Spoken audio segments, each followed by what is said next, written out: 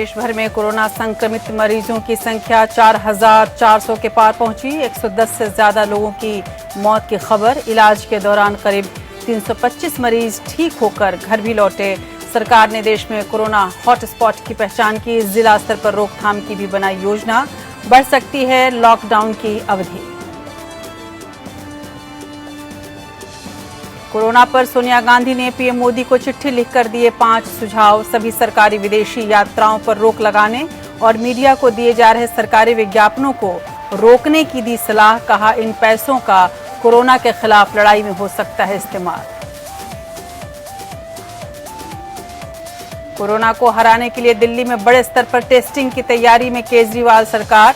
बनाया 5T plan. Testing, tracing, treatment, team work और trekking से हारेगा कोरोना।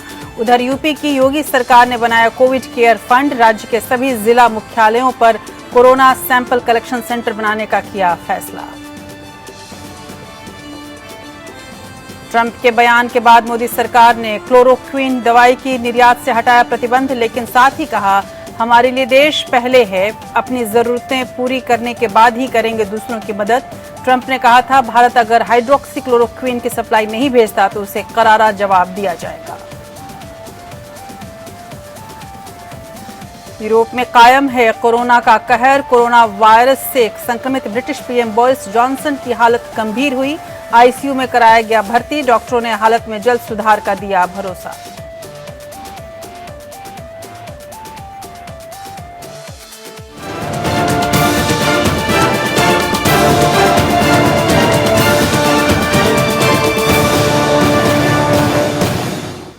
नमस्कार, बहुत स्वागत है आपका देश की बात में। मैं हूँ राजश्री आपके साथ। और देश की बात में आज हम बात करेंगे कोरोना वायरस का संक्रमण और दूसरी और तीसरी स्टेज के बीच पहुंच गया है, ऐसी खबर है। केंद्रीय स्वास्थ्य मंत्रालय के मुताबिक मंगलवार तक देश में कोरोना संक्रमण के 4,400 से ज्यादा मामले सामने आए हैं और अब ये मामले और अधिक तेजी से बढ़ने वाले हैं, क्योंकि तमाम जगहों पर अब जो टेस्ट किट्स हैं वो पहुंच चुके हैं और अब ज़्यादा से ज़्यादा लोगों के टेस्ट किए जाएंगे, जिससे इस संख्या में इजाफा होने की पूरी संभावना है। अभी तक 114 से ज़्यादा लोगों की मौत हो चुकी है, जबकि 325 लोग ठीक भी हुए हैं। तो कोरोना किस हाल में है हमारे देश में और किस तरह से संक्रमण तेज़ी से फैल रहा है, हम आपको इसकी पूरी जानकारी देंगे और इसके लिए किस तरह के कदम उठा रही है सरकार, ये भी हम आपको बताएंगे। संक्रमण रोकने के लिए सरकार ने 21 दिन का जो लॉकडाउन का ऐलान किया था, फिलहाल स्थिति की गंभीरता को देखते हुए इस लॉकडाउन को और अधिक बढ़ाया जा सकता है। हम आपको बताएंगे कि इसके लिए सरकार किस तरह के उपायों पर विचार कर रही है। हमें ये खबर मिली है कि लॉकडाउन एक साथ हटाने की जगह चरणबद्ध तरीके से हटाया जा सकता है। ये चरणबद्ध तरीका क्या होगा, हम आपको ये भी दिखाएं। लॉकडाउन को लेकर प्रधानमंत्री नरेंद्र मोदी अधिकारियों के साथ लगातार संपर्क में हैं और इसे लेकर एक विशेष योजना की तैयारी की गई है। ये योजना क्या है, ये देश की बात में हम आपके सामने रखेंगे।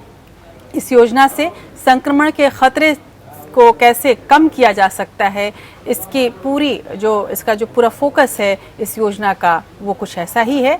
ऐसी ही एक योजना के अनुसार राज्यों को 4 हिस्सों में बांटकर लॉकडाउन खोलने का प्रस्ताव भी है। ये प्रस्ताव किस तरह से काम करेगा, ये भी हम आपको बताएंगे आज देश की बात में।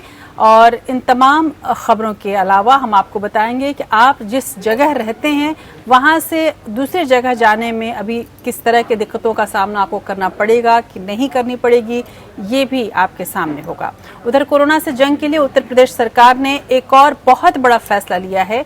हर जिला मुख्यालय पर कोरोना सैंपल कलेक्शन सेंटर अब बनाया जाएगा। इसके साथ ही Uttar Pradesh Covid care fund की स्थापना भी की गई है। कोरोना के खिलाफ लड़ाई में कांग्रेस अध्यक्ष सोनिया गांधी ने क्या कहा है प्रधानमंत्री को, ये भी आपके सामने होगा। तो उत्तर प्रदेश की तैयारी, दिल्ली की तैयारी, महाराष्ट्र की तैयारी, तमाम अन्य राज्यों की भी तैयारियां किस तरह से है। हर राज्य कोरोना से लड़ने के लिए अलग अलग तरीके से तैयारी कर रहा है, केंद्र से तालमेल रखकर चलना चाह रहा है। तो हम आपको तमाम राज्यों की तैयारियों के बारे में भी जानकारी देंगे और विपक्षी दल इस पूरे मसले पर अपने विचार किस तरह रख रहे हैं, ये भी हम आपको बताएंगे। विपक्षी दल की बात चल रही है, सोनिया गांधी की बात चल रही है। तो सोनिया गांधी ने प्रधानमंत्री को एक खत लिखा है और इस खत में उन्होंने कुछ सुझाव दिए हैं। ये कौन से सुझाव हैं और क्या कहा है सोनिया गांधी ने, ये हम आपको बताएंगे। कोरोना से हो रही मौतों के आंकड़ों को अगर विश्लेषण किया जाए तो ये पता चलता है कि 60 से 80 के आयु वर्ग के लोगों की अधिकतम मौतें इसमें दर्ज की गई हैं। इनमें पुरुषों की संख्या महिलाओं से कहीं ज्यादा है। कोरोना से जुड़े कई मामले सुप्रीम कोर्ट भी पहुंच गए हैं। ये सब भी हमारे आज के देश की बात में होगा। अदालत की खबरों में हम आपको दिखाएंगे कि जमीयत उलेमाए हिंद ने सुप्रीम कोर्ट में याचिका दायर करके मीडिया पर तबलीगी जमात के मामले को लेकर नफरत फैलाने का क्या आरोप लगाया है। वहीं तबलीगी जमात के खिलाफ भी सुप्रीम कोर्ट में एक याचिका दाखिल की गई है। इसमें क्या कहा गया है, ये दोनों ही खबरें आपके सामने होगी। तबलीगी जमात की सभी गतिविधियों पर तत्काल प्रभाव से रोक लगाने की जो मांग की गई है उस पर कितना अमल हो पाया है, ये भी आपको दिखाएंगे। और इस बीच तबलीगी जमात के लोगों को लेकर कैसे तमाम सरकारें भी सजग हैं, ये भी आपको दिखाएंगे।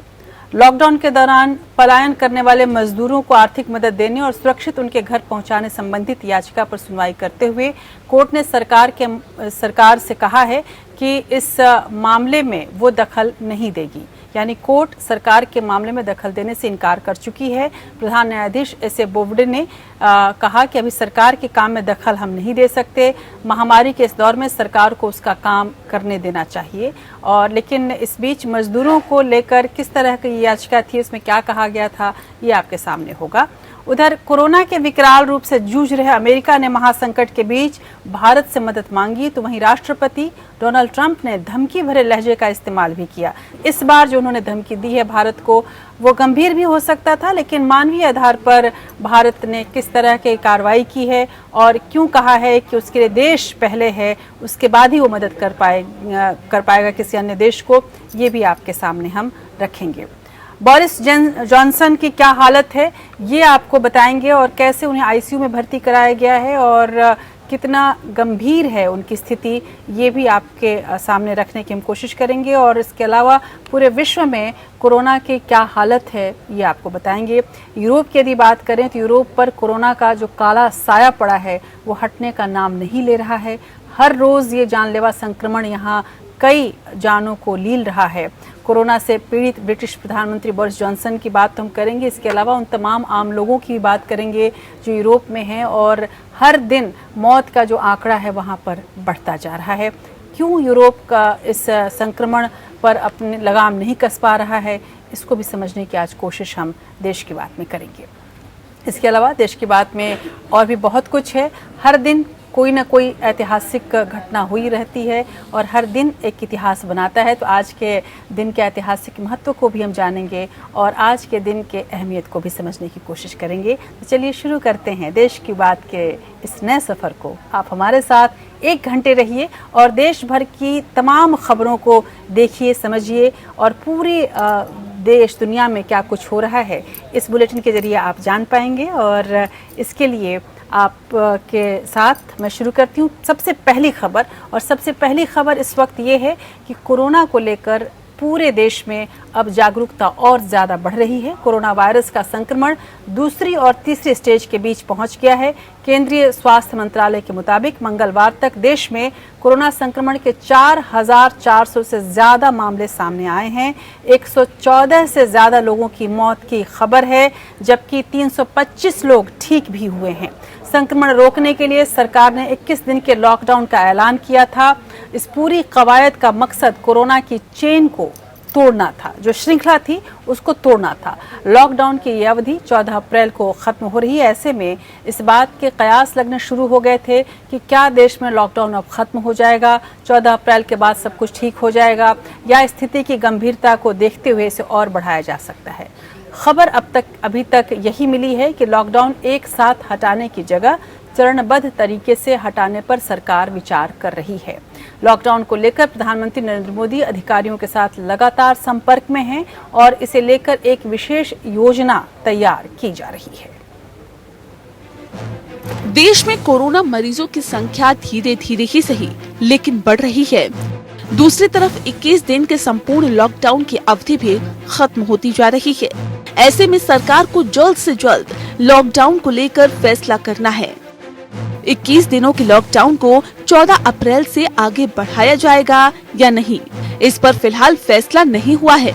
लेकिन कैबिनेट बैठक में इस पर चर्चा हुई है कि सबसे ज्यादा मामले वाले जिलों का संपर्क पूरी तरह से काट दिया जाए, राज्यों के बीच आवाजाही बंद रहे और बुजुर्गों को घरों में रखा जाए। कोरोना लॉकडाउन के बाद लोगों के काम धंधे बंद हैं। नौकरी पेशा लोग फिर भी वर्क फ्रॉम होम कर पा रहे हैं, लेकिन दुकानदारों का काम चौपट हो गया है। देश में असंगठित क्षेत्रों में श्रमिकों की संख्या करोड़ों में है। उनके सामने रोजी रोटी का संकट है। सूत्रों के अनुसार केंद्रीय कैबिनेट की बैठक में दफ्तरों के खुलने पर भी चर्चा हुई। इसमें प्रधानमंत्री ने कहा कि उन इलाकों में सरकारी विभागों को धीरे धीरे खोलने की योजना बने जो कोरोना के हॉटस्पॉट के रूप में नहीं उभरे हैं। मुख्यमंत्रियों से बैठक में ये भी कहा गया था कि जिला प्रशासन की रिपोर्ट के आधार पर लॉकडाउन का प्लान भेजा जाए। इस तरह की तमाम जानकारियों का मूल्यांकन करने के बाद केंद्र सरकार बाकायदा एक खाका बनाने की तैयारी में है कि आखिर लॉकडाउन पर आगे क्या किया जाए। देखिए, लॉकडाउन के लिए अभी बहुत जल्दी है इस बारे में कहना। जो हमारे प्रोजेक्शंस थे, प्रोजेक्शंस के हिसाब से ग्रोथ रेट कम है, बट वो उसका कारण हो सकता है लॉकडाउन हो। तो अभी सारी चीज़ों को असेस किया जा रहा है डेली के हिसाब से, आज क्या होगा, कल क्या होगा, परसों क्या होगा। कोरोना महामारी से देश के 62 जिले सबसे ज्यादा प्रभावित हैं। इन 62 जिलों में लॉकडाउन 28 दिन यानी 12 मई तक बढ़ाने का प्रस्ताव भी है। केंद्र सरकार ने अभी तक अंतिम निर्णय नहीं लिया है, लेकिन कुछ राज्यों ने संकेत दिए हैं कि लॉकडाउन आगे बढ़ाया जा सकता है। गौतम बुद्ध नगर में भी इस पूरे महीने के लिए धारा 144 लगा दी गई है। तेलंगाना के मुख्यमंत्री के चंद्रशेखर राव ने लॉकडाउन को 2 हफ्ते बढ़ाने की सिफारिश की है। कोविड के केसेस बढ़े हैं, वो हमारे लिए चिंता का विषय है और इसीलिए लॉकडाउन के बारे में अब पूरा विचार करना पड़ेगा कि 14 को खुल पाएगा। 21 दिनों के लॉकडाउन में खेती से जुड़े काम को छूट है। इसी तरह सरकार छोटे मोटे कारखानों, उद्योगों और निर्माण के काम को छूट दे सकती है। लॉकडाउन की वजह से दिहाड़ी मजदूर काफी परेशान हैं। खबरों के मुताबिक अफसरों से कहा गया है कि अगले 8 दिन इस बारे में विचार करने पर लगाए कि लॉकडाउन के बाद काम कैसे होगा। इसमें वर्क फ्रॉम होम, शिफ्ट का रोस्टर, तकनीकी पहलू जैसे कई मुद्दों पर विचार किया जा रहा है। सरकार की योजना ये है कि लॉकडाउन अलग अलग फेज में हटाया जाए, यानी जैसे 24 मार्च की रात 8 बजे प्रधानमंत्री नरेंद्र मोदी ने पूरे देश में एक साथ 21 दिन के संपूर्ण लॉकडाउन का ऐलान किया था, उसी तर्ज पर 14 अप्रैल के बाद पूरे देश से एक साथ लॉकडाउन खत्म होने की संभावना नहीं है। Bureau report. और एक अच्छी खबर है कि आज यदि आप देखें कि आज दिन भर जिस तरह से कोरोना मरीजों की मौत की खबर आती रही, उसमें 8% की गिरावट आई है पूरे विश्व भर में। आज मौत कम हुई है आम दिनों के बनिस्बत। यदि हम देखें तो आमतौर पर जो औसत था मरीजों की मौत का वो लगभग 500 था और आज ये घटकर लगभग 480 तक पहुंचा है, यानी कि कुछ प्रतिशत कम हुई है और ये एक शुभ सूचना कही जा सकती है। और हम इस बात की उम्मीद कर सकते हैं कि बहुत जल्द कोरोना का कहर पूरे विश्व से ख़त्म हो जाएगा। लेकिन कोरोना संकट के बीच सबके मन में सवाल कई है कि 14 अप्रैल के बाद लॉकडाउन ख़त्म होगा कि नहीं। इस सवाल का जवाब अभी तक तो सीधा सीधा कुछ भी नहीं मिल पाया है, क्योंकि मोदी सरकार ने अभी लॉकडाउन पर कोई फैसला नहीं लिया है।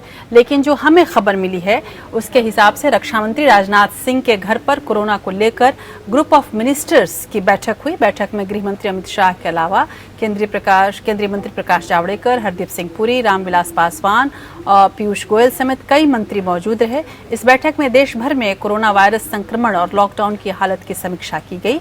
इस बैठक के बाद केंद्रीय मंत्री नरेंद्र सिंह तोमर ने कहा कि अभी लॉकडाउन पर कोई फैसला नहीं किया गया है। लॉकडाउन पर फैसला लेना अभी बहुत जल्दबाजी होगी। इस बीच खबर ये भी है कि कोरोना वायरस के कारण देश में जारी 21 दिनों का लॉकडाउन बढ़ाया भी जा सकता है, इसलिए आपको तैयार रहना पड़ेगा।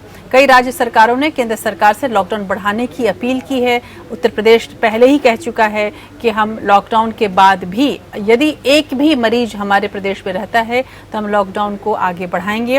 उधर केंद्र सरकार इस बात पर गंभीरता से विचार कर रही है और ये भी गौरतलब है कि अब धीरे धीरे जो मरीजों की संख्या है भारत में वो बढ़ रही है और कई जगह पर अब ये जिसको कहा जाता है कम्युनिटी स्प्रेड में बदल चुका है, उस स्टेज पर हम जा चुके हैं। इस वजह से भी सरकार लॉकडाउन को लेकर बहुत गंभीरता से विचार कर रही है कि अब अगला कदम आखिर क्या होगा। उधर लॉकडाउन से बाहर निकलने के तरीकों पर मंथन शुरू हो चुका है। हालांकि अभी साफ नहीं है कि 14 अप्रैल के बाद लॉकडाउन खत्म होगा या आगे बढ़ेगा, लेकिन सरकार ने अपनी तरफ से तैयारी शुरू कर दी है। जैसा कि मैंने आपको बताया कि सरकार लगातार अगले कदम के बारे में सोच रही है। योजना ये है कि जब भी लॉकडाउन खत्म हो तब लोगों को राहत देने के साथ साथ संक्रमण के खतरे से भी बचाया जाए। एक योजना में राज्यों को 4 हिस्सों में बांटकर लॉकडाउन खोलने का प्रस्ताव है। इसके अनुसार जिस जिले में कोई मरीज नहीं है वहां लोगों को कुछ शर्तों के साथ जिले के अंदर आवाजाही की इजाजत दी जा सकती है, लेकिन अभी इसको कंफर्म नहीं किया जा सकता। इसको पूरी तरह से लागू करना है या नहीं करना है, इस पर सरकार अभी विचार कर रही है।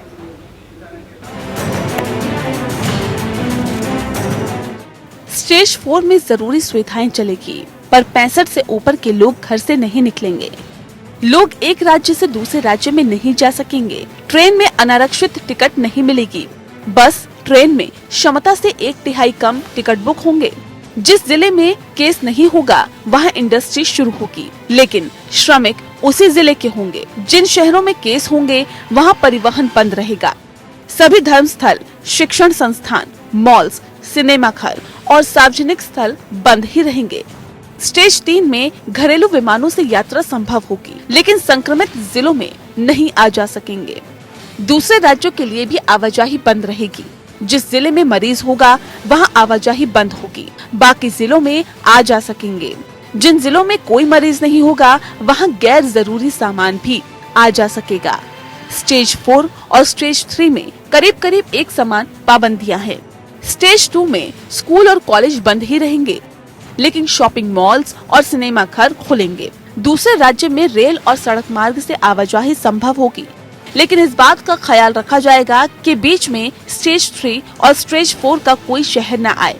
विमान से निचले स्टेज के उन शहरों में जा सकेंगे जहां 28 दिन से एक भी केस नहीं आया हो। इंडस्ट्री में राज्य के किसी भी हिस्से से मजदूर काम कर सकेंगे। स्टेज 1 में स्कूल और कॉलेज खुल सकेंगे, पर कमरे में छात्रों की संख्या सीमित होगी। रेल या सड़क मार्ग से एक से दूसरे राज्य में जाने की इजाजत होगी। स्टेज 3 और स्टेज 4 शहरों में नहीं जा सकेंगे। उन जिलों में ट्रेन नहीं रुकेगी जहां एक भी मरीज होगा। जिन जिलों में 28 दिन में मरीज नहीं आया होगा वहां आने जाने की इजाजत होगी। कोरोना वायरस की मार के बाद सरकार दूसरे देशों से निर्यात की निर्भरता घटाने के लिए एक बार फिर मेक इन इंडिया पर जोर दे रही है। प्रधानमंत्री मोदी ने सभी मंत्रियों को कोरोना वायरस का आर्थिक असर कम से कम करने के लिए युद्ध स्तर पर योजनाएं बनाने के निर्देश दिए हैं। Bureau report. देश में इस बात को लेकर कयास लगने शुरू हो गए हैं कि क्या लॉकडाउन 14 अप्रैल से आगे बढ़ाया जाएगा और तरह तरह की बातें की जा रही हैं। तरह तरह के फॉर्मूला भी पर विचार सरकार कर रही है, लेकिन इसे यदि खत्म कर दिया जाए तो चर्चा इस बात की भी है कि लॉकडाउन को चरणबद्ध तरीके से हटाया जाए। जैसा कि हमने आपको दिखाया कि कौन कौन से तरीके सरकार अपना रही है। एक और रेलवे 14 अप्रैल के बाद से टिकटों की बुकिंग करनी शुरू कर चुका है, इसलिए भी ये अंदाजा लग रहा है कि शायद अब लॉकडाउन के खत्म हो जाएगा। इस बीच तमाम विमान कंपनियां भी 15 अप्रैल से उड़ान भरने की तैयारी कर रही हैं, लेकिन एयर इंडिया ने अभी तक 30 अप्रैल तक कोई भी बुकिंग लेने से इनकार कर दिया है और इस बात को लेकर स्थिति अब तक साफ नहीं है कि 14 अप्रैल के बाद लॉकडाउन की स्थिति क्या होगी।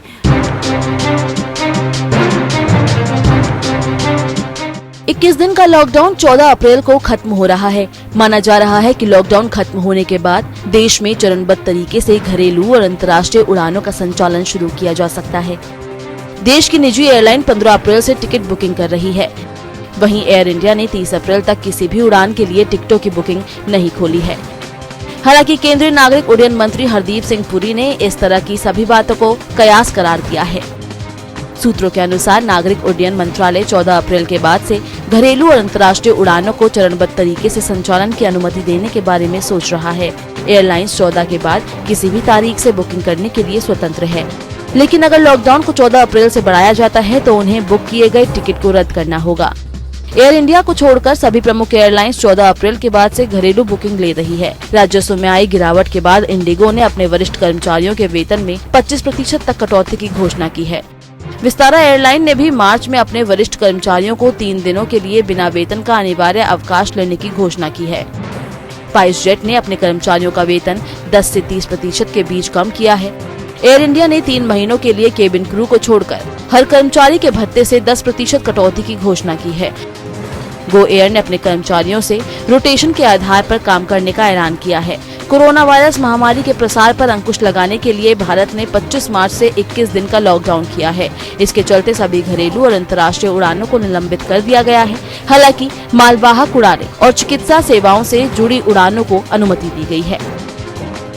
Bureau report.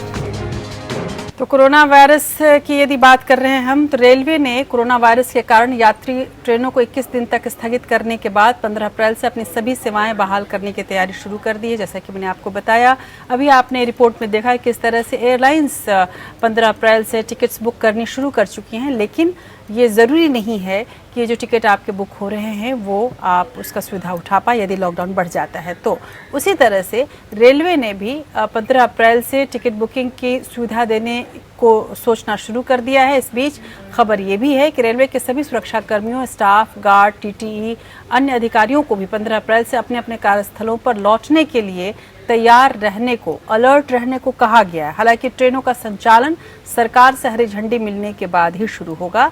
फिलहाल रेलवे के ट्रेनों के साथ साथ प्राइवेट ट्रेनों में एडवांस बुकिंग शुरू हो चुकी है। सूत्रों के मुताबिक सभी 17 जोनों को अपनी अपनी सेवाएं संचालित करने के लिए तैयार रहने का संदेश दिया गया है। 15 अप्रैल से करीब 80% ट्रेनों के निर्धारित कार्यक्रम के अनुसार चलने की संभावना है, जिनमें राजधानी, शताब्दी, दुरंतो आदि शामिल हैं। स्थानीय ट्रेनों की सेवाएं भी चालू हो सकती हैं। खबरों के अनुसार इस सप्ताह के अंत में सभी जोन के ठोस कार्य योजना भेजी जाएगी। प्रधानमंत्री द्वारा 24 मार्च को बंद की घोषणा करने के बाद अभूतपूर्व कदम उठाते हुए रेलवे ने 21 दिनों के लिए 13,523 ट्रेनों की सेवाएं निलंबित कर दी थी। हालांकि मालवाहक ट्रेनें चल रही हैं और जो कि ज़रूरी सामानों को यहाँ से वहाँ पहुँचा रही हैं। उधर भारत में लॉकडाउन के बावजूद अब तक 4,000 से ज्यादा मामले सामने आ चुके हैं। इतने दिनों के अनुभव के बाद भारत सरकार ये समझ चुकी है कि कोरोना के प्रसार को पूरी तरह रोकने के लिए प्रभावित इलाकों की पहचान कर उन पर काम करना होगा। इसके लिए सरकार ने पहले हॉट स्पॉट की पहचान की और अब उससे भी आगे बढ़कर जिला स्तर पर कंटेनमेंट प्लान यानी रोकथाम की योजना तैयार की गई है। स्वास्थ्य मंत्रालय में संयुक्त सचिव लव अग्रवाल के मुताबिक अब तक देश के 274 जिलों में कोरोना के मामले सामने आ चुके हैं। केंद्र सरकार व्यापक स्तर पर कोरोना के खिलाफ कंटेनमेंट प्लान यानी रोकथाम योजना पर काम कर रही है। इसमें पहले स्थानीय स्तर पर उस इलाके की पहचान की जाएगी जहां एक साथ बहुत सारे कोरोना के मामले सामने आए हैं। ये कोई गांव, कस्बा या शहर हो सकता है। ये वो इलाके होंगे जहां पहले एक छोटा सा क्लस्टर मिला था पर अब कई क्लस्टर बन गए हैं। इसके बाद कंटेनमेंट और बफर जोन तय किया जाएगा। कंटेनमेंट जोन यानी वो जिले जहां कोरोना के मामले ज्यादा मिले हैं और बफर जोन यानी उन प्रभावित जिलों या ग्रामीण जिलों से लगने वाले ब्लॉक, दोनों के एंट्री और एग्जिट पॉइंट तय किए जाएंगे, यानी पूरे इलाके को क्वारंटाइन कर दिया जाएगा। कोरोना की रोकथाम योजना के तहत मरीजों की कॉन्टैक्ट लिस्टिंग, ट्रैकिंग और उनका फॉलोअप होगा। मरीजों से संपर्क में आए लोगों की कॉन्टैक्ट ट्रेसिंग यानी पहचान की जाएगी। इसके साथ ही कंटेनमेंट एरिया को कम से कम 28 दिनों के लिए सील किया जाएगा। इस दौरान इलाके में रहने वाले सभी लोगों को होम क्वारंटाइन में रहना होगा। कोरोना से निपट रहे अफसरों का मानना है कि किसी महामारी को रोकने का ये सबसे अच्छा तरीका है। जिन लोगों में वायरस मिला है उन्हें अलग थलग करना और उनके संपर्कों को तलाश कर ही इस पर काबू किया जा सकता है। अस्पताल से भार कम करने के लिए व्यवस्था की गई है। हल्के केसों को स्थायी मेकशिफ्ट हॉस्पिटल फैसिलिटी में रखा जाएगा, जो कोविड-19 अस्पतालों के नजदीक स्थित होटलों, हॉस्टलों, स्टेडियम, गेस्ट हाउस को बदलकर बनाए गए हैं। कोरोना संक्रमण से पीड़ित गंभीर मरीजों को इसके लिए बनाए गए अस्पताल या बड़े अस्पतालों में रखा जाएगा। कोरोना के कम्युनिटी लेवल पर फैलने का डर अभी बरकरार है। यूरोप और अमेरिका में स्थिति ऐसी ही बिगड़ी, इसलिए जरूरी है कि भारत वक्त रहते कदम उठाए और ऐसे इलाकों की पहचान करे और उन्हें आइसोलेट करे। और इस कंटेनमेंट प्लान से यही किया जा रहा है। इससे इलाकों को अलग थलग कर क्वारंटाइन किया जा रहा है ताकि वो आगे कम्युनिटी में वायरस ना फैलाएं। इन कंटेनमेंट जोन के लिए विशेष टेस्ट की तैयारी भी है, जिन्हें रैपिड एंटीबॉडी टेस्ट कहा जाता है। ICMR ने जरूरत पड़ने पर राज्य सरकारों को ऐसे खास टेस्ट करने की एडवाइजरी जारी की है। Bureau report. उधर कोरोना से जंग के लिए उत्तर प्रदेश सरकार ने एक बड़ा फैसला किया है। हर जिला मुख्यालय पर कोरोना सैंपल कलेक्शन सेंटर बनाया जाएगा। इसके साथ ही Uttar Pradesh Covid care fund की स्थापना की गई है। इसका ऐलान करते हुए मुख्यमंत्री योगी आदित्यनाथ ने कहा कि कोविड केयर फंड में जनप्रतिनिधियों के साथ समाज के हर तबके का व्यापक समर्थन मिल रहा है। सीएम योगी आदित्यनाथ ने कहा कि कोविड केयर फंड का उपयोग टेस्टिंग फैसिलिटी को बढ़ाने में किया जाएगा। यूपी में कोरोना संक्रमण के सबसे अधिक मामले दिल्ली से सटे नोएडा में हैं। यहां लगातार बढ़ रहे मामलों की गाज डीएम बीएन सिंह पर पहले ही गिर चुकी है और सीएम योगी के आदेश पर उन्हें हटा दिया गया था। इसके बाद सीएमओ को भी छुट्टी कर दी गई थी। सुहास एलवायु को नोएडा के पूर्व डीएम बीएन सिंह की छुट्टी पर जाने के बाद जिले का नया कलेक्टर बनाया गया। नियुक्ति के बाद उन्होंने ऐसे कई बड़े फैसले लिए हैं जिनसे आंशिक रूप से कोरोना की रफ्तार पर ब्रेक लगता दिख तो रहा है। हालांकि इसे आगे की गंभीरता से जारी रखने की चुनौती भी है और किस तरह से पूरी तरह से कंट्रोल किया जाए, इस पर अभी और अधिक कदम उठाने की जरूरत भी। जिला प्रशासन के निर्देश पर गौतम बुद्ध नगर जिले में एकीकृत कंट्रोल रूम की स्थापना की गई है। नोएडा में बने इस all in one control room में नोएडा जिला प्रशासन, स्वास्थ्य विभाग, पुलिस विभाग, नोएडा अथॉरिटी और ग्रेटर नोएडा अथॉरिटी की ओर से कोरोना को लेकर हर समस्या के समाधान की व्यवस्था की गई है। इसके लिए डीएम की ओर से खुद तमाम रेजिडेंट वेलफेयर एसोसिएशंस और अन्य महत्वपूर्ण लोगों तक संदेश भेजे गए हैं। प्रदेश के अंदर इसको हर स्तर पर रोकने के लिए भारत सरकार की मदद से प्रभावी कदम उठाए जा रहे हैं। भारत सरकार के सहयोग से हम लोगों ने अब तक कोरोना टेस्टिंग के 10 लैब्स प्रदेश के अंदर स्थापित किए हैं। गौतम बुद्ध नगर में भी प्रदेश के अन्य जिलों की तरह ही ऐसे संदिग्ध नागरिकों की पहचान की जा रही है जो कि निजामुद्दीन की तबलीगी जमात में हिस्सा लेकर लौटे हैं। क्योंकि तबलीगी जमात के कार्यक्रम का स्थान गौतम बुद्ध नगर से अधिक दूर नहीं था, ऐसे में इस बात का शक गहरा रहा था कि यहाँ पर भी बड़ी संख्या में तबलीगी जमात के लोग हो सकते हैं। ऐसे में जिलाधिकारी के निर्देश पर तत्काल जिले में 300 सर्विलांस टीमों का गठन किया गया, जिन्हें कोरोना के पॉजिटिव मरीजों की पहचान की जिम्मेदारी सौंपी गई। इनमें से हर टीम में 3 अफसरों को तैनात किया गया, जिनमें राजस्व, स्वास्थ्य और पुलिस विभाग के अफसर शामिल हैं। अपने एक बड़े फैसले के तहत नए जिला प्रशासन ने पहली प्राथमिकता पर कोरोना के केसों को रोकने के लिए कई महत्वपूर्ण फैसले किए हैं। इनमें पहला फैसला जिले की उन सीमाओं को सील करने का है जो कि राष्ट्रीय राजधानी दिल्ली से जुड़ते हैं। पूर्व में पलायन कर रहे मजदूरों के कारण नोएडा में संक्रमण का खतरा बढ़ा था। वहीं जिले की अंतर्राज्यीय सीमाओं पर पुलिस की नाकामी के कारण हजारों मजदूर बॉर्डर से यूपी में प्रवेश कर रहे थे। नोएडा में ऐसे लोगों के लिए सामुदायिक गृह और अन्य स्थानों को शेल्टर होम बनाया गया है, जो कि यहाँ किसी कारण से फंस गए हैं या घर जाते वक्त सरकार ने इन्हें रोका है। इन शेल्टर होम्स में बड़ी संख्या में लोगों को ठहराया गया है। Bureau report.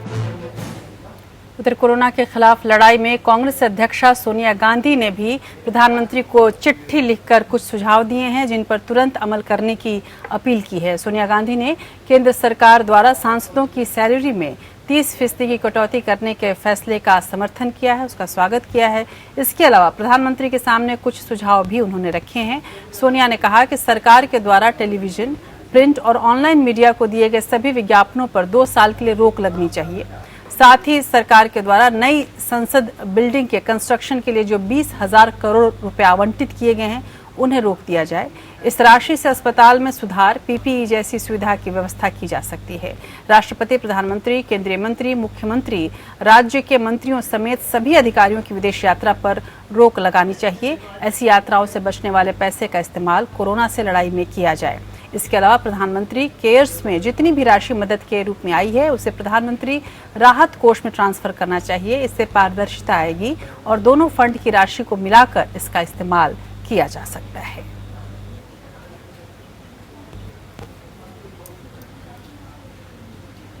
उधर कोरोना लगातार देश में पैर पसार रहा है। देश में संक्रमण और उससे हो रही मौतों का आंकड़ा हर रोज चिंताजनक होता जा रहा है।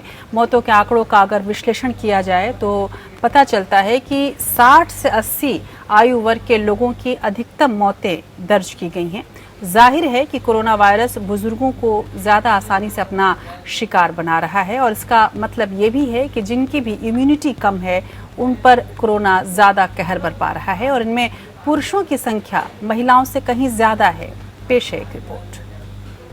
भारत में कोरोना वायरस के मामले लगातार बढ़ते जा रहे हैं। देश में संक्रमित मरीजों की संख्या 4,000 से ऊपर हो गई है। वहीं इससे मरने वालों का आंकड़ा भी करीब 111 हो चुका है।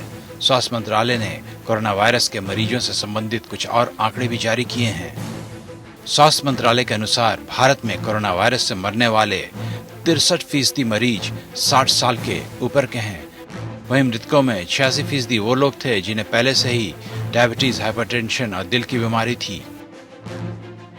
कोविड-19 पर स्वास्थ्य मंत्रालय के आंकड़ों से यह भी पता चलता है कि इस महामारी से मरने वालों में 30% लोग 40 और 60 आयु वर्ग वाले थे और सिर्फ 7% लोग 40 साल से कम वाले थे। इससे उम्र और मृत्यु दर के बीच के संबंध का पता चलता है। भारत में कोरोना वायरस से मरने वालों का आंकड़ा विदेशों के आंकड़ों की तरह है, जहां 60 से 80 आयु वर्ग के लोगों की अधिकतम मौतें दर्ज की गई हैं। वहीं भारत में अब तक कोरोना की चपेट में आने वाले 76% लोग पुरुष हैं और मरने वालों में भी 73% लोग पुरुष ही हैं। सरकार के ये आंकड़े बताते हैं कि कोरोना वायरस बुजुर्गों को ज्यादा आसानी से अपना शिकार बना रहा है। बुजुर्गों के शरीर में WBC यानी व्हाइट ब्लड सेल्स का उत्पादन करने की क्षमता कम हो जाती है और कई तरह की बीमारियों से लड़ने की भी उनकी क्षमता कमजोर हो जाती है। कोविड-19 से मौत पर भारत का डाटा चीन और इटली के साथ मेल खाता है, जो इस वायरल संक्रमण से सबसे ज्यादा प्रभावित देश हैं। Bureau report. और अब हम आपको आगे दिखाएंगे कि अमेरिका ने किस तरह से बातें कही थी भारत को और भारत ने उसका क्या जवाब दिया। इसके अलावा बोरिस जॉनसन की हालत कैसी है और सुप्रीम कोर्ट के अंदर कोविड-19 को लेकर किस तरह के मामले आए। देश की बात में अब हम खबर ले रहे हैं अदालत की दुनिया से। जमीयत उलमा ए हिंद ने मीडिया पर तबलीगी जमात के मामले को लेकर नफरत फैलाने का आरोप लगाया है। साथ ही इस मामले में फेक न्यूज पर रोक लगाने की मांग की है। जमीयत ने इसे लेकर सुप्रीम कोर्ट में याचिका दायर की है और जिम्मेदार लोगों के खिलाफ कार्रवाई करने की मांग की है।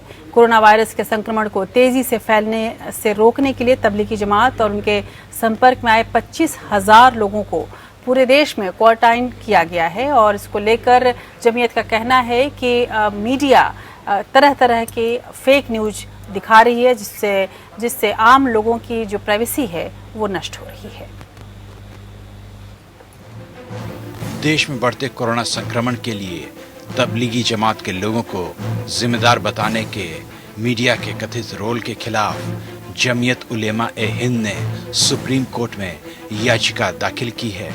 जमीयत का आरोप है कि मीडिया का एक वर्ग मार्च में हुए निजामुद्दीन मरकज के कार्यक्रम को लेकर नफरत फैला रहा है। जमीयत ने अपील की है कि केंद्र को निर्देश दिया जाए कि वह मुस्लिमों को लेकर फैलाई जा रही फेक न्यूज पर रोक लगाए और इसके लिए जिम्मेदार लोगों के खिलाफ कार्रवाई की जाए। जमीयत के वकील ने याचिका में कहा है कि तबलीगी के कार्यक्रम में हुई एक दुर्भाग्यपूर्ण घटना के लिए पूरे मुस्लिम समाज को जिम्मेदार ठहराया जा रहा है।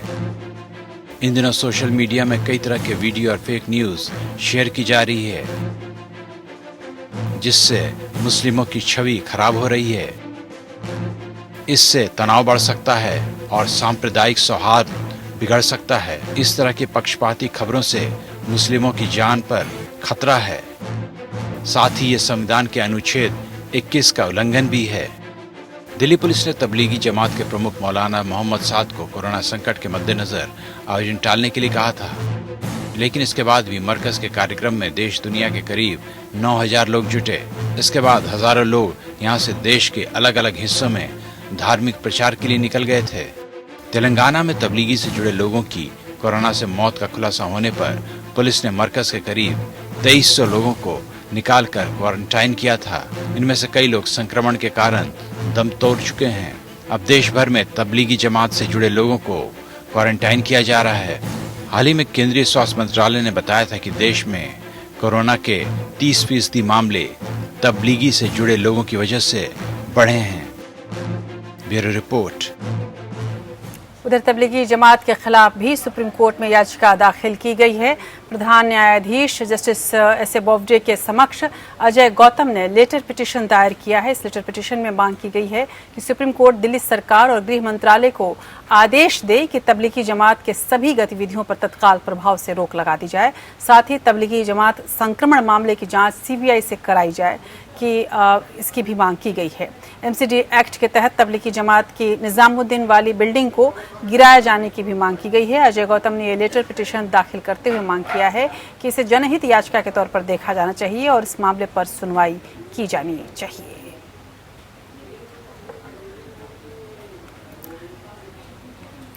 उधर लॉकडाउन के दौरान पलायन करने वाले मजदूरों को आर्थिक मदद देने और सुरक्षित उनके घर पहुंचाने वाली याचिका पर सुनवाई करते हुए सुप्रीम कोर्ट ने सरकार से के मामले में दखल देने से इनकार कर दिया है। प्रधान न्यायाधीश जस्टिस एस ए बोबडे ने कहा कि अभी सरकार के काम में दखल हम नहीं दे सकते। महामारी के इस दौर में सरकार को उसका काम करने देना चाहिए।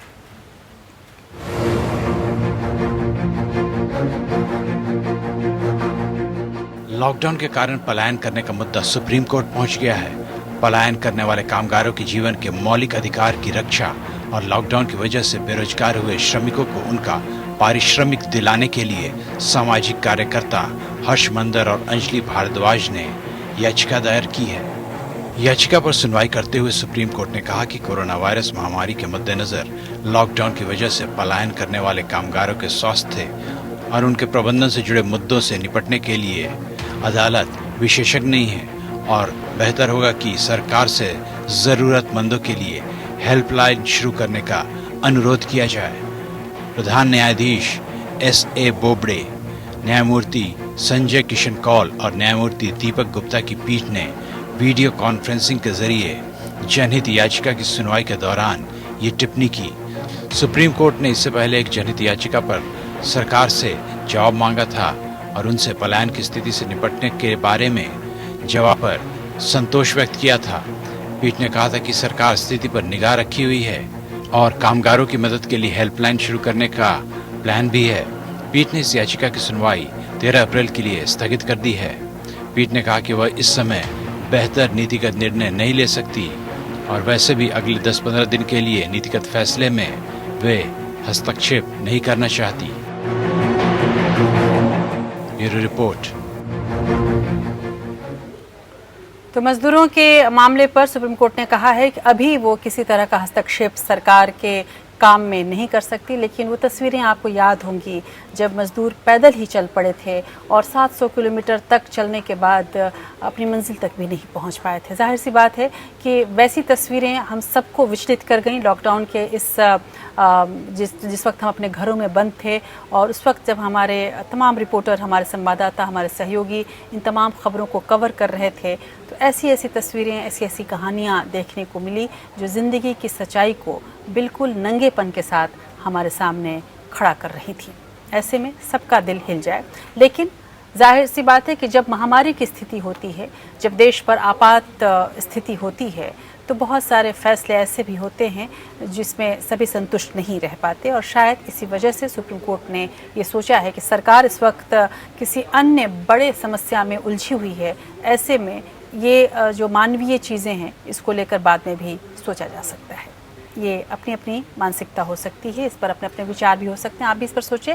लेकिन कोरोना से लड़ने के लिए न्यायपालिका अब सामने आ चुकी है। इलाहाबाद हाईकोर्ट ने पीएम रिलीफ फंड में 3 करोड़ 31 लाख रुपए दिए हैं। हाईकोर्ट के जजों, अधिकारियों और कर्मचारियों के साथ ही अधीनस्थ न्यायालयों के न्यायिक अधिकारियों और कर्मचारियों ने भी फंड में योगदान दिया है। चीफ जस्टिस ने chief minister distress relief fund में 1 लाख रुपए दिए हैं। प्रयागराज और लखनऊ में रोज 125 खाने के पैकेट भी न्यायपालिका की ओर से जरूरतमंदों को बांटे जा रहे हैं। और इसके पहले जब लॉकडाउन हुआ था तभी जस्टिस रमन्ना, सुप्रीम कोर्ट के जज जो कि आने वाले समय में चीफ जस्टिस ऑफ इंडिया बनने वाले, उन्होंने भी पीएम केयर्स फंड में 1 लाख रुपए का योगदान किया था। और जस्टिस रविंद्र भट्ट ने लोगों को अभी तक, वो जो गरीब हैं, जो ज़रूरतमंद हैं, उनको खाना बांटने का काम शुरू किया था। तो तरह तरह से न्यायपालिका भी सजग हो रही है और इस तरह के समस्या में सभी आगे आ रहे हैं, एक सैनिक बनकर आगे बढ़ रहे हैं। न्यायपालिका कैसे पीछे रह सकती है। बहरहाल कोरोना वायरस का असर आम जनजीवन पर भयंकर रूप से पड़ रहा है, लेकिन अब अंतरिक्ष पर भी इसका असर देखने को मिलने लगा है। भारत का ड्रीम प्रोजेक्ट गगनयान के लिए रूस में ट्रेनिंग कर रहे 4 अंतरिक्ष यात्रियों की ट्रेनिंग रोक दी गई है। अंतरिक्ष में भारत के मानव मिशन के लिए चुने गए भारतीय वायुसेना के 4 टेस्ट पायलटों का प्रशिक्षण मॉस्को के नज़दीक ट्रेनिंग सेंटर में फरवरी से चल रहा था। रूस में लॉकडाउन खत्म होने के बाद दोबारा ट्रेनिंग अब शुरू होगी, ऐसा कहा गया है। भारत के पहले मानव सहित अंतरिक्ष मिशन गगनयान को 2022 तक अमली जामा पहनाए जाने की योजना है।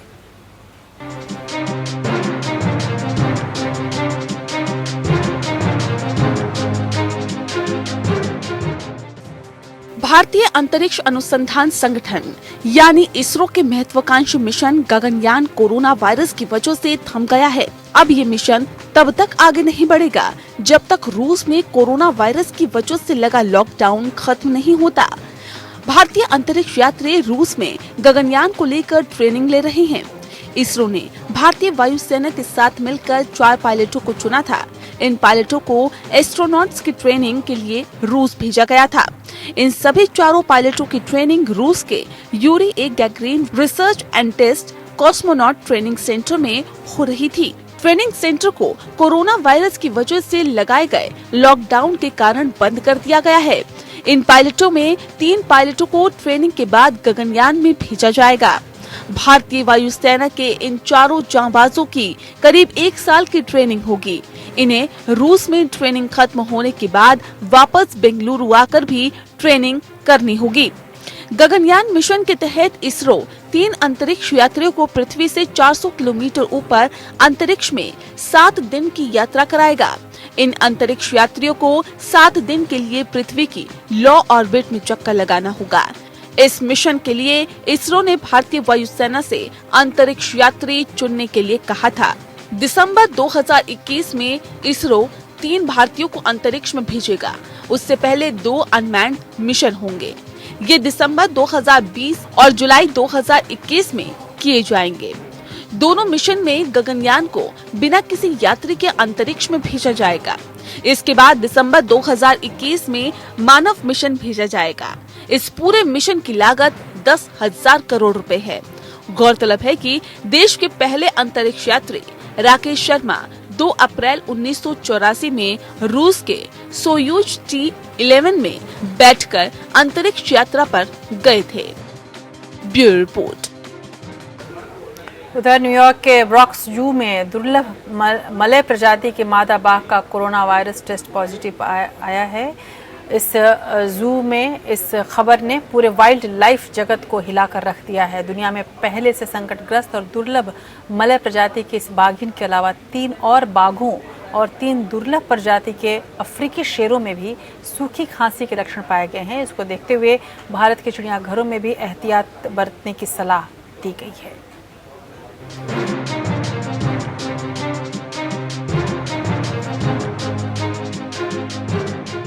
अमेरिका में मादा बाघ का कोरोना वायरस टेस्ट पॉजिटिव आने के बाद भारत सरकार के पर्यावरण, वन और जलवायु परिवर्तन मंत्रालय ने 6 अप्रैल को देश की सभी वाइल्ड लाइफ सैंक्चुअरी को एडवाइजरी जारी की है।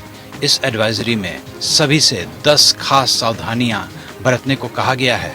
एडवाइजरी में कहा गया है कि सभी राष्ट्रीय पार्क, टाइगर रिजर्व में मनुष्यों से जानवरों में वायरस फैलने को तत्काल रोकने के प्रयास हों। इन जगहों पर लोगों की आवाजाही पर भी रोक लगाने की बात की गई है। इसके अलावा field managers, veterinary doctors, frontline staff के साथ एक टास्क फोर्स के गठन की भी बात की गई है ताकि स्थिति को जल्द से जल्द नियंत्रण में किया जा सके। पूरी दुनिया के जंगलों में लगभग 4000 टाइगर बचे हैं। इनमें से 2800 के करीब भारत के जंगलों में रह रहे हैं। अब देश के सामने ऐसे तमाम दुर्लभ जीवों को बचाने की चुनौती है। यूपी की राजधानी लखनऊ में चिड़ियाघर प्रशासन को अलर्ट पर रखा गया है। चिड़ियाघर के डायरेक्टर राजेंद्र सिंह ने बताया कि इसके लिए एक अलग से क्वारंटाइन वार्ड बनाया गया है। सारे हमारे एनिमल्स आइसोलेट हैं, बाहरी व्यक्तियों का प्रवेश पूरी तरह से वर्जित है। 50% हमारे एम्प्लॉयज़ में भी कटौती कर दी गई है। हमारे जो 50% एम्प्लॉय ही आते हैं वो एम्प्लॉयज़ भी अपने को पूरी तरीके से सैनिटाइज करने के बाद अंदर आते हैं। देहरादून में भी चिड़ियाघर में विशेष एहतियात बरता जा रहा है। वो जू के अंदर ही हैं और वो बाहर नहीं जा रहे हैं। उनके लिए खाने पीने की व्यवस्था भी हम अंदर ही कर रहे हैं, उनको अंदर ही खाना दे रहे हैं। बाहर से किसी तरीके का कोई सामान जो है वो बाहर भी नहीं जाते हैं और बाहर से कांटेक्ट भी उनका एकदम समाप्त हमने करा हुआ है। बाहर से जो हमारा एनिमल फीड आ रहा है उसको भी हम जो है ट्रिपल सैनिटाइजर लेवल से उसको गुजारते हैं। भारत में Asian elephant, great Indian bustard चिड़िया, इंडियन राइनो और इंडियन एशियाटिक लायन जैसी सैकड़ों दुर्लभ प्रजाति हैं जो एक तरह से देश की धरोहर है। इन सबको बचाने के लिए सरकार की तरफ से पूरी कोशिशें की जा रही है। ऐसे में इंसान की भी जिम्मेदारी बनती है कि वो पशुओं में संक्रमण को बचाने में मददगार बने।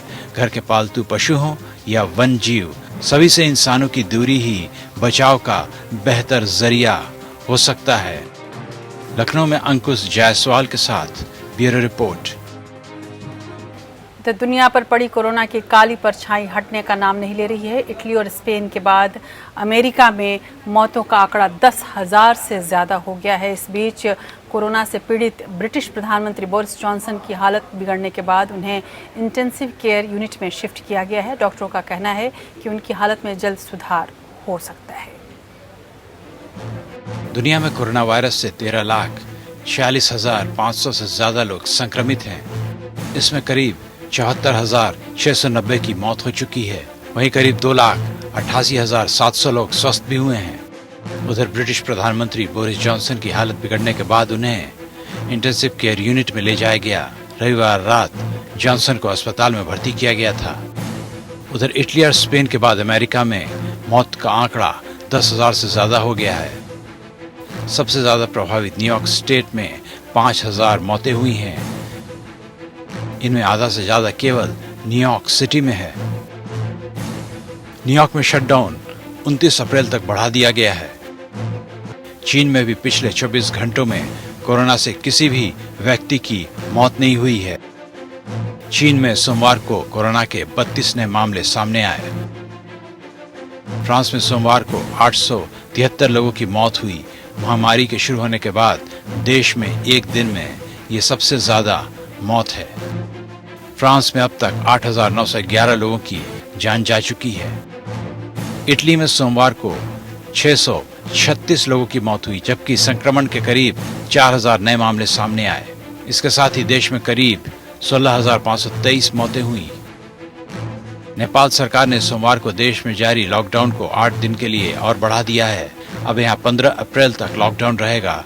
यहाँ अब तक 9 केस सामने आए हैं। उधर विश्व स्वास्थ्य संगठन यानी कि WHO ने धर्म या नस्ल के नाम पर कोरोना के मरीजों का वर्गीकरण न करने की हिदायत दी है। रमजान के महीने के बारे में भी दिशा निर्देश तैयार किया जा रहा है।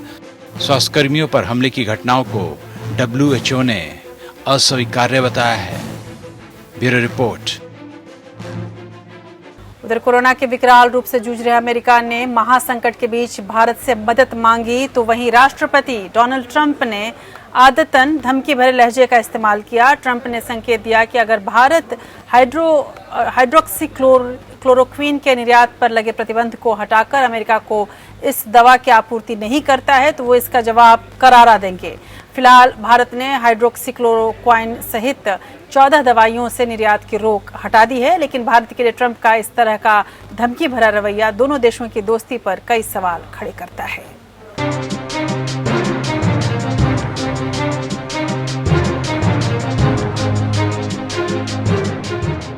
कोरोना वायरस की रोकथाम लेकर भारत ने बड़ी पहल की है। सरकार ने मंगलवार को हाइड्रोक्सीक्लोरोक्वीन और पैरासीटामोल दवाओं के निर्यात पर से आंशिक प्रतिबंध हटा दिया है। विदेश मंत्रालय ने बताया कि यह फैसला मानवीय आधार पर लिया गया है। ये दवाएं उन पड़ोसी देशों को भेजी जाएंगी जो भारत से मदद की आस रखते हैं। इसके साथ ही कोरोना से बुरी तरह प्रभावित कुछ देशों को भी दवाएं भेजी जाएंगी। विदेश मंत्रालय के प्रवक्ता ने हालांकि ये भी कहा कि घरेलू जरूरतें पूरी होने के बाद स्टॉक की उपलब्धता के आधार पर ही इन दवाओं को एक्सपोर्ट किया जाएगा। वैज्ञानिकों ने मलेरिया निरोधक दवा हाइड्रोक्सीक्लोरोक्वीन को कोरोना से लड़ने में कारगर बताया है। 2 दिन पहले शनिवार को अमेरिकी राष्ट्रपति डोनाल्ड ट्रंप ने प्रधानमंत्री मोदी से मलेरिया निरोधक दवा हाइड्रोक्सीक्लोरोक्वीन की खेप भेजने की गुहार लगाई थी, लेकिन बाद में उन्होंने अपने तेवर सख्त करते हुए भारत को धमकी भी दी। अमेरिकी राष्ट्रपति ने कहा कि अगर भारत हाइड्रोक्सीक्लोरोक्वीन के निर्यात पर लगा बैन नहीं हटाता है तो उस पर कार्रवाई की जा सकती है। मुझे कोई कारण नहीं दिखता कि भारत ने अमेरिका के दवा के ऑर्डर को रोककर क्यों रखा है। व्हाइट हाउस में प्रेस कॉन्फ्रेंस के दौरान ट्रंप ने कहा कि मैंने अभी मोदी के फैसले के बारे में नहीं सुना। मैं जानता हूं कि उन्होंने दूसरे देशों में दवा के निर्यात को रोक रखा है। मेरी हाल ही में उनसे अच्छी बात हुई थी। भारत के अमेरिका के साथ रिश्ते काफी बेहतर हैं। अब यह देखना होगा कि वे हमें दवा भेजने की अनुमति देते हैं या नहीं। इसके साथ ही ट्रंप ने धमकी भरे लहजे में कहा कि मुझे आश्चर्य नहीं होगा अगर वे हाइड्रोक्सीक्लोरोक्वीन भेजने को मंजूरी ही ना दें। भारत और अमेरिका के बीच अच्छे व्यापारिक संबंध हैं। इस स्थिति से इन पर प्रभाव पड़ सकता है। अमेरिकी राष्ट्रपति के बयान के बाद विदेश मंत्रालय के नए प्रवक्ता अनुराग श्रीवास्तव की ओर से बयान जारी किया गया। विदेश मंत्रालय ने कहा कि हमारी प्राथमिकता यह है कि जरूरत की दवाइयों का देश में भरपूर स्टॉक हो ताकि अपने लोगों की जरूरतों को पूरा किया जा सके। इसी के चलते कई दवाइयों पर कुछ समय के लिए निर्यात पर रोक लगाई थी, लेकिन लगातार नए हालात को देखते हुए सरकार ने 14 दवाइयों से निर्यात की रोक हटा दी है। दुनिया की ओर से लगातार की जा रही अपील पर विदेश मंत्रालय का कहना है कि इस महासंकट के समय में हम उम्मीद करते हैं कि दुनिया एक साथ होकर लड़ेगी। हमने भी लगातार इस ओर कदम बढ़ाए हैं, जिसका उदाहरण यह है कि कई देशों से हमने विभिन्न देशों के नागरिकों को बचाया है। विदेश मंत्रालय ने अपने बयान में कहा है कि भारत को पैरासीटामोल और हाइड्रोक्सीक्लोरोक्वीन का ध्यान इसलिए भी रखना है क्योंकि कुछ पड़ोसी देश पूरी तरह से हम पर निर्भर हैं। ऐसे में उन्हें इन दवाइयों की इजाजत दी गई है। इसके साथ ही जरूरत की दवाइयों की सप्लाई उन देशों को जरूर की जाएगी जहां कोरोना वायरस की वजह से हालात ज्यादा खराब है। ऐसे में इस स्थिति को किसी भी तरह से राजनीतिक रूप न दें। देखा जाए तो अभी फरवरी की ही बात तो थी कि जब आधिकारिक दौरे पर भारत पहुंचे ट्रंप का सरकार ने दिल खोलकर स्वागत किया था और उनके लिए रेड कारपेट भिजवा दी थी। अहमदाबाद के मोटेरा स्टेडियम में नमस्ते ट्रंप का आयोजन विशेष रूप से ट्रंप के लिए किया गया था। इसके बावजूद ट्रंप का इस तरह का रवैया भारत और अमेरिका की दोस्ती को लेकर कई सवाल खड़े करता है। कांग्रेस के पूर्व अध्यक्ष राहुल गांधी ने भी इस मसले पर ट्वीट किया है और कहा है कि भारत को हर किसी की मदद करनी चाहिए, लेकिन पहले भारतीयों का ख्याल रखा जाना चाहिए। राहुल गांधी ने अपने ट्वीट में लिखा, मित्रों में प्रतिशोध की भावना, भारत को सभी देशों की सहायता के लिए तैयार रहना चाहिए, लेकिन सबसे पहले जान बचाने की सभी दवाइयों और उपकरण अपने देश के कोने कोने तक पहुंचना अनिवार्य है। गौरतलब है कि इटली और स्पेन के बाद अमेरिका में मौतों का आंकड़ा 10,000 से ज्यादा हो गया है। सबसे ज्यादा प्रभावित न्यूयॉर्क स्टेट में 5,000 मौतें हुई है। इनमें आधा से ज्यादा केवल न्यूयॉर्क सिटी में है। वहीं राज्य में 1,20,000 से ज्यादा संक्रमित है और 16,000 से ज्यादा लोगों को अस्पताल में भर्ती कराया गया है। Bureau report. और कोरोना वायरस को लेकर दुनिया भर में एक नई बहस चल रही है और वो बहस है कि इस वायरस को फैलाने का जिम्मेदार आखिर कौन है। 99% लोग इसके लिए चीन को जिम्मेदार बता रहे हैं। उसका कारण ये है कि लोगों का ये मानना है कि एक तरफ चीन में कोरोना संक्रमित मरीजों की संख्या घट रही है तो दूसरी तरफ चीन से बाहर इसका संक्रमण बढ़ता ही जा रहा है। चीन के वुहान शहर ही कोरोना वायरस से संक्रमण का पहला केस आया था यहीं से, लेकिन चीन की गलतियों के कारण कोरोना बेतहाशा फैलता गया। अब वुहान शहर दोबारा पटरी पर लौट रहा है। वहाँ लोग काम पर जा रहे हैं, जबकि दुनिया की आधी से ज्यादा आबादी अभी भी घर में कैद रहने को मजबूर है। ऐसे में चीन पर उंगलियां उठना लाजमी है। कोरोना के कहर की शुरुआत चीन के वुहान शहर से हुई और फिर यह महामारी ने पूरे विश्व को अपने गिरफ्त में ले लिया। लेकिन हैरत की बात है कि जहां दूसरे देशों में संक्रमण तेजी से फैल रहा है, वहीं चीन में कोरोना वायरस एकदम शांत हो गया है। और चीन की जिंदगी पटरी पर दोबारा आ गई है। लेकिन लोगों का गुस्सा चीन के प्रति थमा नहीं है। चीनियों के प्रति ट्विटर पर हेट स्पीड 900% तक बढ़ गई है। लोग चीन को विश्व भर में कोरोना फैलाने के लिए दोषी मान रहे हैं। आइए उन 4 कारणों पर नजर डालें जिसके कारण चीन कटघरे में खड़ा है। कोरोना के बारे में बताने में देरी। हुबेई प्रांत में पिछले साल 17 नवंबर को ही कोरोना का पहला मरीज ट्रेस कर लिया गया था। दिसंबर 2019 तक ही चीन के अधिकारियों ने कोरोना वायरस के 266 मरीजों की पहचान कर ली थी। वुहान के एक झुईतान अस्पताल में कोरोना वायरस का पहला कंफर्म केस 1 दिसंबर को रिपोर्ट किया गया था। लेकिन चीन ने जनवरी में कोरोना वायरस के बारे में दुनिया को बताया। वैज्ञानिकों का मानना है कि अगर चीन 3 हफ्ते पहले तक कोरोना के बारे में बता देता तो इससे संक्रमण के फैलने में 95% तक की कमी आ सकती थी। चीन ने देर से माना कि कोरोना इंसान से इंसान में फैलता है। वुहान के 2 अस्पतालों के डॉक्टरों में वायरल निमोनिया के लक्षण मिले थे, जिसके बाद 25 दिसंबर 2019 को वहां के डॉक्टरों ने खुद को क्वारंटाइन कर लिया। लेकिन चीन ने इस वायरस के इंसान से इंसान में फैलने की बात को नकार दिया। आखिरकार 20 जनवरी को चीन ने माना कि कोरोना वायरस इंसान से इंसान में फैल रहा है। देर से मानने का नतीजा ये रहा कि इंसान से इंसान ट्रांसमिशन की बात को नकारने से दुनिया भर में अंतर्राष्ट्रीय उड़ानें चालू रही। दुनिया भर में लोग एक देश से दूसरे देश आते जाते रहे। इससे बाकी देशों में भी कोरोना वायरस फैल गया। चीन ने 7 हफ्ते बाद वुहान को लॉकडाउन किया। दिसंबर 2019 में ही चीन में कोरोना वायरस फैलने लगा था, लेकिन चीन ने वायरस को रोकने की बजाय उन लोगों के खिलाफ एक्शन लिया जो इस वायरस के बारे में चेता रहे थे। इतना ही नहीं, वायरस का पहला केस आने के करीब 7 हफ्ते बाद यानी 23 जनवरी को वुहान को लॉकडाउन किया गया। नतीजा ये रहा कि लॉकडाउन लगने से पहले ही करीब 50 लाख लोग वुहान छोड़कर चले गए। ये 50 लाख लोग कहां गए अब तक नहीं पता चला। कोरोना के बाद भी चीन ने सख्त कार्रवाई नहीं की। कोरोना की वजह से इटली की इतनी बुरी हालत हुई। इटली में सबसे ज्यादा चीनी पर्यटक आते हैं। उनके अलावा यहाँ 3 लाख से ज्यादा चीनी लोग काम करते हैं। इटली से चीनी लोग नया साल मनाने के लिए चीन आए और फिर वापस इटली लौट गए। चीन में नया साल 25 जनवरी को मनाया गया था, यानी कोरोना वायरस फैलने के बाद भी चीन ने अपने लोगों को वापस इटली जाने से नहीं रोका। नतीजा ये रहा कि इटली में चीन से भी ज्यादा कोरोना के मामले सामने आए। Bureau report. तो दुनिया भर में हर साल 7 अप्रैल को विश्व स्वास्थ्य दिवस मनाया जाता है। इस तरह के दिवस को मनाने का मकसद लोगों को उनकी सेहत के प्रति जागरूक करना और आम लोगों को अच्छी सेहत के बारे में बताना होता है। 1950 में WHO ने विश्व स्वास्थ्य दिवस की शुरुआत की थी। इस बार ये दिवस उन लोगों को समर्पित किया गया है जो कोरोना वायरस वॉरियर्स बनकर कोरोना जैसी महामारी के खिलाफ मानवता को बचाने के लिए लड़ाई लड़ रहे हैं।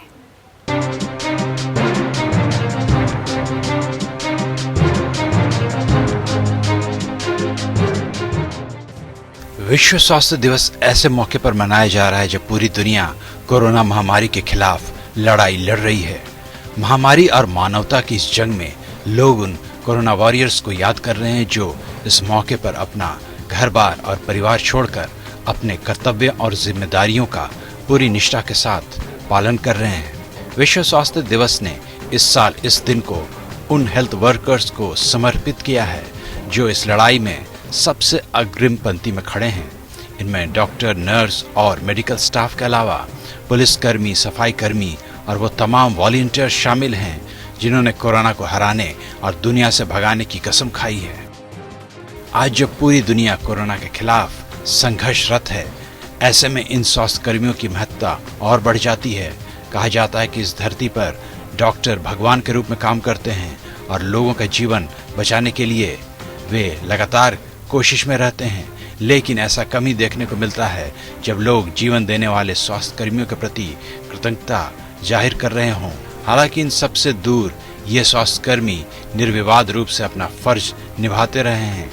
कोरोना महामारी से जब मानवता पर संकट मंडरा रहा है, ऐसी मुश्किल घड़ी में भी डॉक्टर, नर्स और पूरा मेडिकल स्टाफ दिन रात लगकर न सिर्फ लोगों की जान बचाने में जुटे हैं बल्कि मानवता की रक्षा में भी जी जान से जुटे हैं।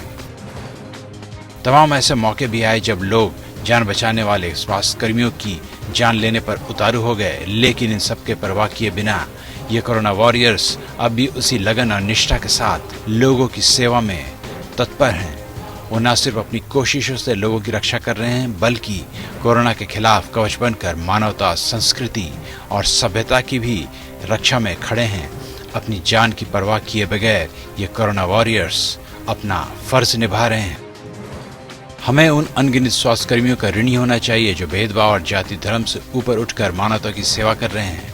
विश्व स्वास्थ्य दिवस का ये मौका ऐसे कोरोना वॉरियर्स को धन्यवाद देने का है जिनकी वजह से हम अपने वजूद को बचाने की लड़ाई लड़ रहे हैं, जिसमें हमें निश्चय ही विजयी होकर निकलना है। Bureau report. तो आज पूरी दुनिया विश्व स्वास्थ्य दिवस मना रही है। इस मौके पर प्रधानमंत्री नरेंद्र मोदी ने कोविड-19 के खिलाफ लड़ाई लड़ रहे स्वास्थ्य कर्मचारियों का आभार जताया और उन्होंने लोगों से सामाजिक दूरी का पालन करने की अपील की। इसके अलावा प्रधानमंत्री ने एक वीडियो भी शेयर किया जिसमें फिल्म जगत के अभिनेता और अभिनेत्री लोगों को कोरोना को लेकर जागरूक करते नजर आ रहे हैं, साथ ही एकजुट होकर इस लड़ाई को जीतने की अपील कर रहे हैं। मुझे विश्वास है हर हिंदुस्तानी इस संकट का न सिर्फ सफलता से मुकाबला करेगा बल्कि इस मुश्किल घड़ी से विजय। और अब देश की बात के आखिरी पड़ाव में बात करते हैं आज के दिन के ऐतिहासिक महत्व की।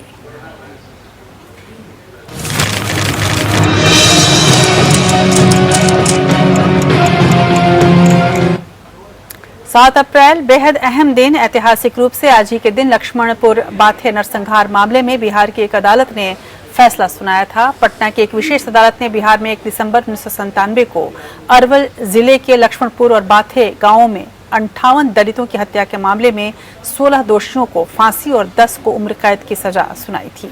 30 नवंबर और 1 दिसंबर 1997 को रात में हुए इस नरसंहार में रणवीर सेना ने 58 लोगों की हत्या कर दी थी। ब्रिटिश सरकार ने बिना मुकदमे के लोगों को निर्वासित करने और हिरासत में रखने वाला कानून Bengal state prisoners regulation act आज ही के दिन साल 1818 में पेश किया था। यह कानून देश की आजादी तक प्रभावी रहा और साल 1929 में आज ही के दिन पहली वाणिज्यिक उड़ान भारत पहुंची थी, जब ब्रिटेन के इंपीरियल एयरवेज के लंदन काहिरा सेवा को कराची तक बढ़ाया गया था। आज के देश की बात में बस इतना ही। मुझे दीजिए इजाजत, फिर मिलेंगे आपसे। नमस्कार।